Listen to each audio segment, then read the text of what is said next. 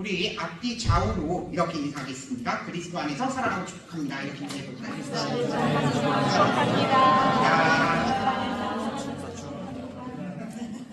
네. 우리가 계속 살펴보고 있는 데살로니가전서는요, 크게 두 가지의 측면이 있습니다.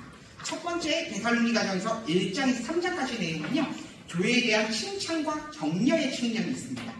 그리고 4장과 5장은요, 바로 데살로니가 교회에 대한 권면과 교훈의 측면이 있습니다.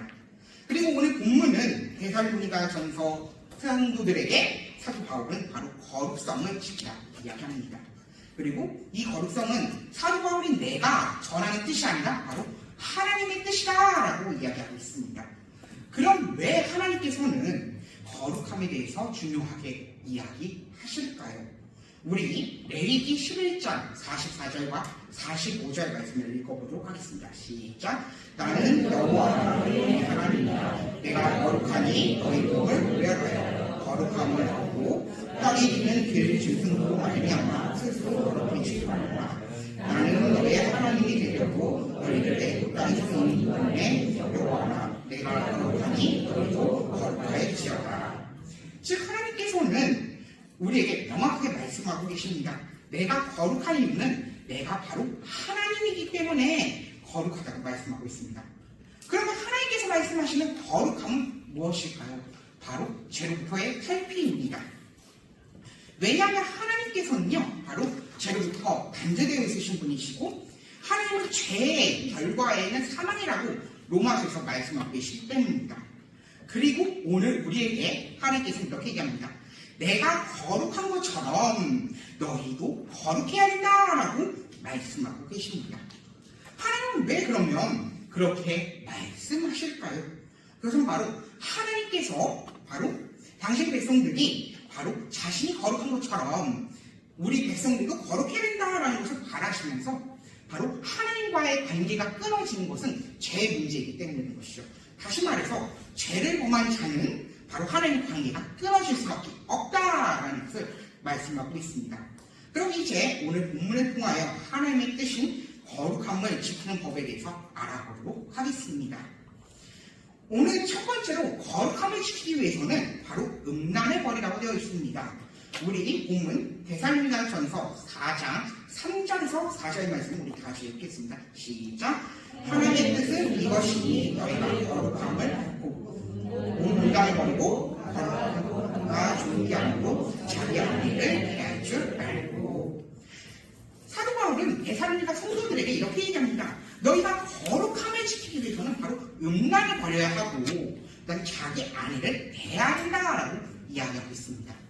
그러면 왜 사도 바울은 자기 아내를 대해야 되고 음란을 버리라고 했을까요? 그것은 바로 데살로니가 지역의 지역적 때문입니다. 데살로니가 지역은요, 당시에 로마의 항구 도시이면서 바로 음란이 너무나 넘쳐난 도시였습니다. 그렇기 때문에 바로 매춘행이도 유명했고, 그들에게 있어서 성이라는 것은 단순한 자기의 재미, 추구, 즐거움을 위한 하나의 도구였습니다. 그렇기 때문에 어떻게 보면 남자가 여자 아내를 대할 때도요, 어떻게 보면 자신의 아내를 자신의 즐거움, 쾌락의 도구로 사용하는 것이었죠. 그렇지만 하나님께서는 남자에게 여자를 주셨을 때, 그리고 여자에게 남자를 주셨을 때 바로 단순히 성적인 도구로서 즐거움, 쾌락으로 주신 것이 아니라 바로 서로를 돕는 대표로서 부르셨다는 것입니다. 그렇기 때문에 자기 아내를 대한다는 것은요, 단순히 내 아내니까, 내 사람이니까 착하게 대해달라, 충성히 대해달라라는 것이 아니라요, 바로 하나님 앞에 남편은 자기 아내를 대하고 남편은 자기 아내를 대하고 아내는 자기 남편을 대하는 것이 바로 하나님께 존경하는 것이고 순종하는 것이다 라는 것입니다. 그리고 우리 그리스도인에게 있어서 이 몸은요, 단순한 육체 덩어리가 아니라는 것이죠. 그리고 이 육체 덩어리가 바로 하나님께 드리는 영적 산재물이자 영적으로 드리는 예배의 공간이라는 것입니다. 그렇기 때문에 너희 몸을 거룩하게 하라는 것은요, 어떻게 보면 하나님 앞에서 거룩해야 된다라는 것을 이야기한다는 것입니다. 두 번째로 거룩함을 지키기 위해서는 바로 세교를 따르지 않아야 된다고 합니다. 우리 데살로니가전서 4장 5절 말씀을 우리 같이 읽겠습니다. 시작. 하나님이 모르시는 이방인같이 세교를 따르지 말고. 바울은 데살로니가 교회 성도들에게 너희가 거룩함을 지키기 위해서는 바로 세교를 따르지 않아야 된다라고 이야기합니다. 우선 세교이라는 단어를 한번 보도록 하겠습니다. 세교이라는 단어는요, 바로 억제할 수 없는 욕구로서 인간을 압도하여 힘적으로 따라가는 것이라고 되어 있습니다. 즉, 이 말이 무슨 말이냐면요, 자신의 욕구, 성적인 욕구가 더 커서 자신의 이성보다 더 앞서간다는 것입니다.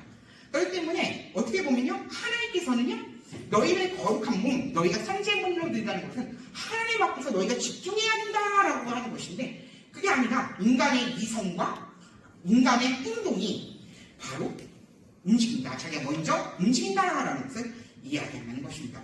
즉, 하나님께서 주신 범위와 정하신 방법과 확연히 다르다는 것을 이야기한다는 것이죠.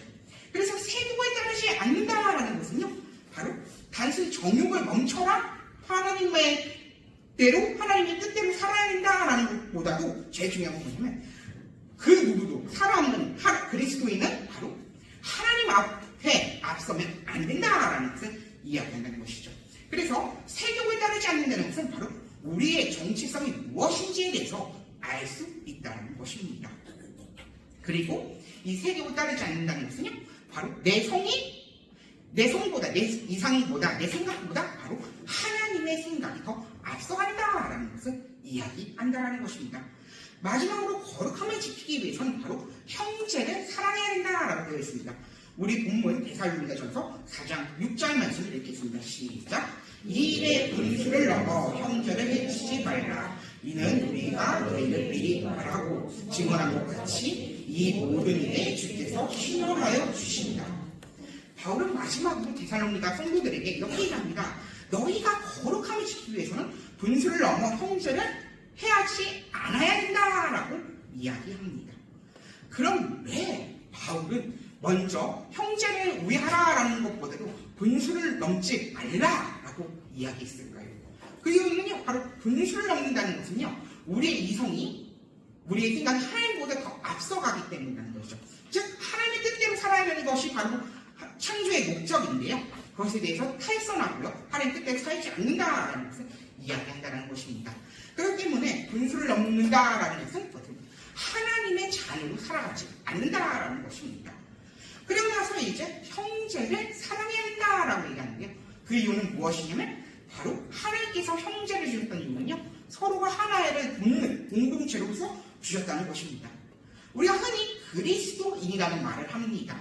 그리스도인이라고 말할 때는요, 단순히 예수 그리스도를 닮는다라는 것보다는 어떻게 보면 내가 부족하지만, 내가 힘들지만 예수님의 마음을 품고 예수님의 마음을 가지고 이제 살아간다라는 것을 이야기합니다. 그렇기 때문에 어떻게 보면 형제라고 분수 넘지 말라는 것은 내가 누구에 앞서지 말라는 거냐면 하나님 앞에서 앞서지 말라는 것을 이야기합니다. 사랑하는 여러분, 오늘 사도 바울은 데살로니가 교회 성도들에게, 그리고 오늘 말씀을 듣는 우리들에게 한 가지 질문을 합니다.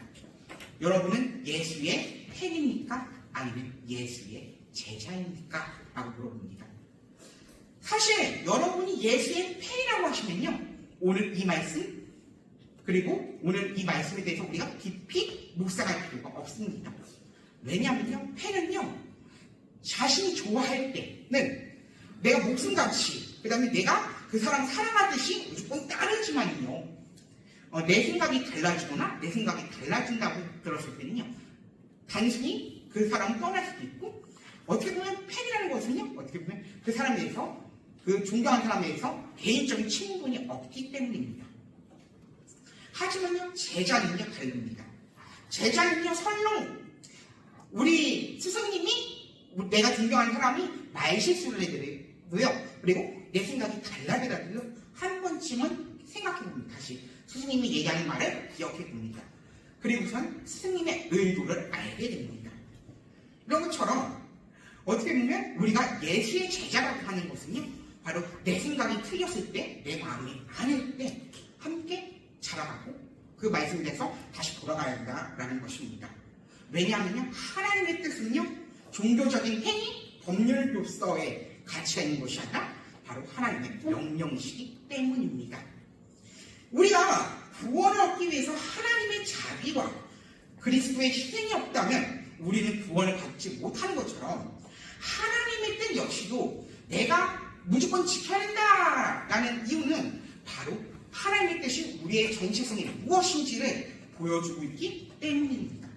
그리고 그 정체성을 잊어버린 순간, 하나님의 뜻에 살지 않는 순간 바로 하나님을 저버리는 행동이기 때문입니다. 우리가 하나님의 자녀로, 그 다음에 그리스도의 제자로서 살아가시는 저와 여러분 되시길 예수님 이름으로 소망합니다.